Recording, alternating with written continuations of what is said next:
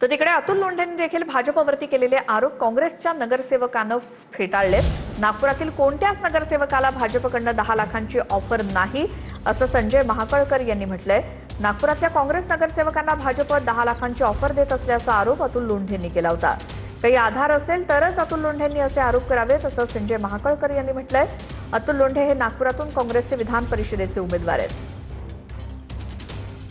पण unknown collar ID वरून जे आहे ते फोन झालेले आहे आणि ऑफर दिलेली आहे, हे एकदम स्पष्ट आहे। किती लोकांना ऑफर दिली तुम्ही? नाही दिली, आता लोकांना ऑफर देणं सुरू झालेलं आहे त्यांचं, आणि त्याच्यामुळे मी हे बोलतोय।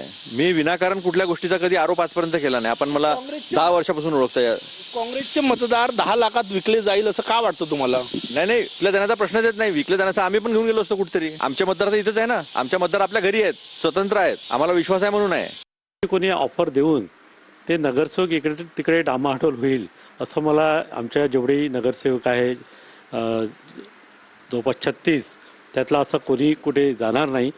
आणि त्यांना सर्वांना काँग्रेस पक्षावर एक विश्वास आहे। बैठक झाली नाही किंवा अजून निवडणुकी संदर्भात अजून कुठलाही विषय आला नाही, त्याच्यामुळे अतुल लोंढेसोबत माझं या विषयावर काही चर्चा झाली नाही। ही चर्चा किंवा त्याला जर काही आधार असेल तरच करण्यात अर्थ आहे।